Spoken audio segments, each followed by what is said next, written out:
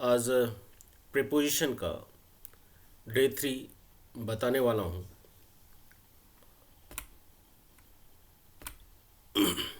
यहाँ पे देखते हैं, इससे पहले हम लोगों ने डे 2 पढ़ लिया था। आज हम लोग डे 3 पढ़ेंगे। इनटू, ये पैरल रूल्स देखो, इनटू क्या है देखते हैं।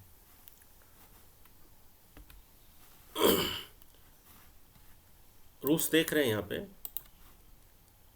जब कोई सीमा रेखा में बाहर से अंदर गति में प्रवेश करता है तो उसे दर्शाने के लिए इसका प्रयोग किया जाता है। जब कोई सीमा रेखा में बाहर से गति में प्रवेश करता है तो इसे दर्शाने के लिए इसका प्रयोग किया जाता है।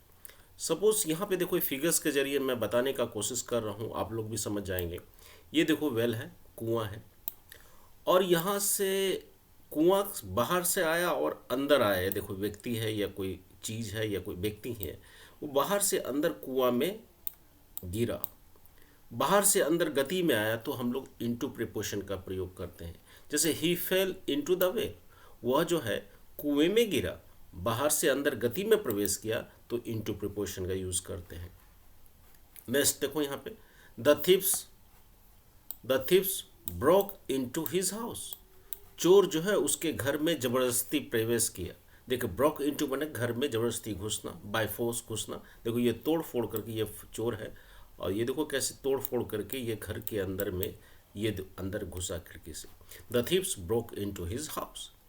सी जंप इनटू द रिवर। जब कोई बाहर से अंदर गति में प्रवेश करता है, सपोज ये नदी है, ये सपोज करो ये नदी है, ये नदी है, मान लीजिए ये रिवर्स है, और ये बाहर से अंदर जब अंदर आया, नदी के अंदर आया, तो इनटू प्रीपोजिशन का इस्तेमाल करेंगे। इसलिए सी जंप्ड इनटू द रिवर, वो नदी में छलांग लगाया। यानी बाहर से अंदर कोई भी व्यक्ति यदि गति में प्रवेश करता है तो हम लोग इनटू प्रीपोजिशन का इस्तेमाल करते हैं। क्लियर? मेरे ख्याल से आपको स्पष्ट हो गया होगा। चलिए नेक्स्ट इसमें देखते हैं, और भी पॉइंट्स हैं कि रूप परिवर्तन के लिए भी इसका प्रयोग किया जाता है। रूप परिवर्तन क्या होता है?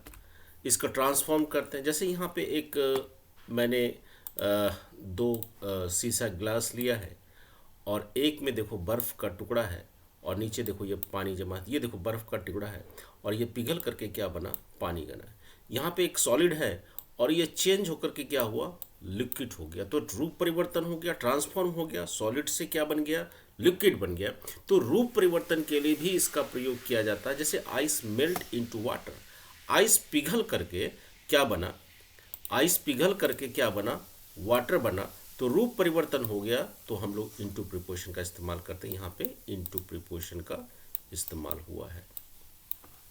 Translate this passage into Hindi, माने कि इस पैसेज को हिंदी में बना दो। मान लो कि कोई भी पैसेज इंग्लिश में होगा तो वो हिंदी में रूपांतरित करना है, तो उसका तो रूप परिवर्तन क्यों? तो रूप परिवर्तन करेंगे तो उसको हम लोग हम लोग जो है इनटू प्रीपोजिशन का इस्तेमाल करेंगे।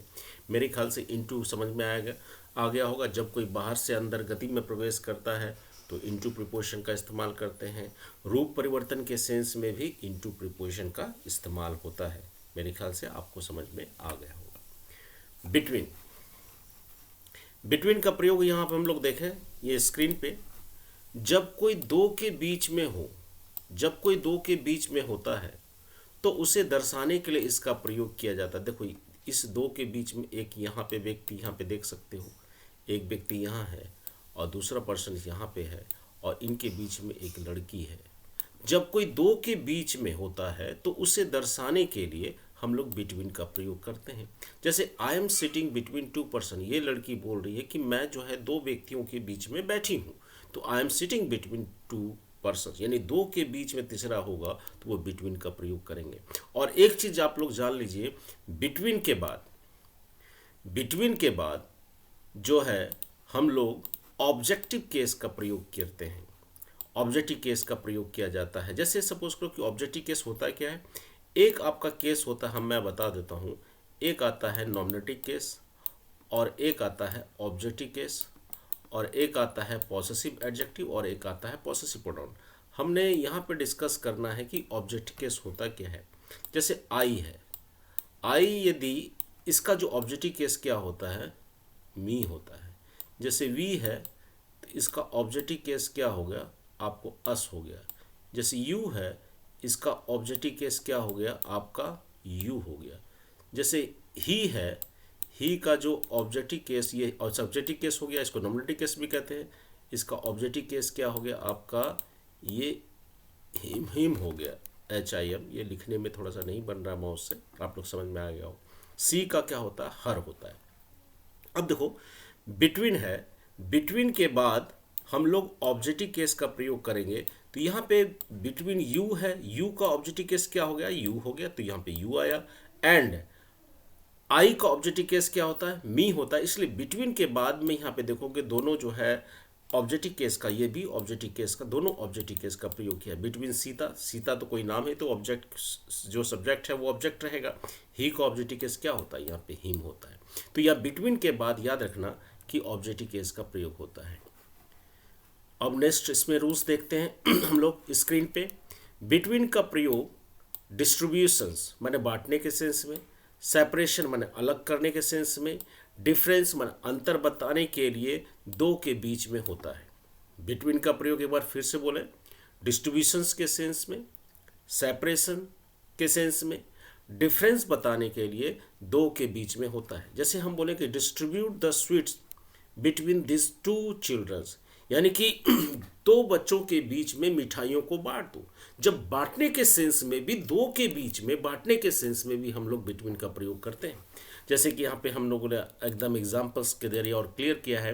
Distribute this sweets between these, these है कि दो है तो इसलिए दिस का प्लूरल दीज टू चिल्ड्रन। और एक इसी में पैराग्राफ चेंज करके हम इसी में लिखें, किंतु दो से अधिक के बीच में भी बिटवीन का प्रयोग होता है, लेकिन वो रिलेशनशिप को बताने के लिए करता है, एक पारस्परिक संबंध को बताने के लिए करता है। यदि दो से अधिक के बीच में यदि हमारा मैत्री है या कोई संधि है, उस सेंस में भी हम लोग बिटवीन का प्रयोग करते हैं। जैसे कि there is a treaty between this 4 countries of Asia, यानी कि एशिया के 4 देशों के बीच में एक समझौता है, एक ट्रीटी, ट्रीटी बना समझौता होता है। तो इसलिए दो से अधिक के बीच में जब रेसिप्रोकल रिलेशनशिप को बताने के लिए, पारस्परिक संबंध को बताने के लिए हम लोग जो है बिटवीन का प्रयोग करते हैं। क्लियर? मेरे ख्याल से आपको समझ में आ गया होगा। अब चलते हैं एमोंग या एमोंग्स्ट। एमोंग या एमोंग्स्ट में क्या होता है, तो इसके प्रयोग में कोई खास अंतर नहीं होता स्टूडेंट्स, इसका प्रयोग में कोई खास अंतर नहीं होता। लेकिन एमोंग का प्रयोग जो है अभी नाउ ए डेज ज़्यादा प्रचलित है, ज़्यादा प्रचलन में है। यह हमेशा जो होता है ये दो से अधिक के बीच में, देखो ये दो से अधिक के बीच, ये दो से अधिक जो है दो से अधिक के बीच में हम लोग एमोंग का प्रयोग करते हैं, याद रहेगा ना। जैसे कि द प्रॉपर्टी वाज डिवाइडेड, बांटा गया, एमोंग का भी प्रयोग कर सकते हैं, एमोंग्स द 4 सन, यानी 4 बेटों के बीच में प्रॉपर्टी को बांटा गया था।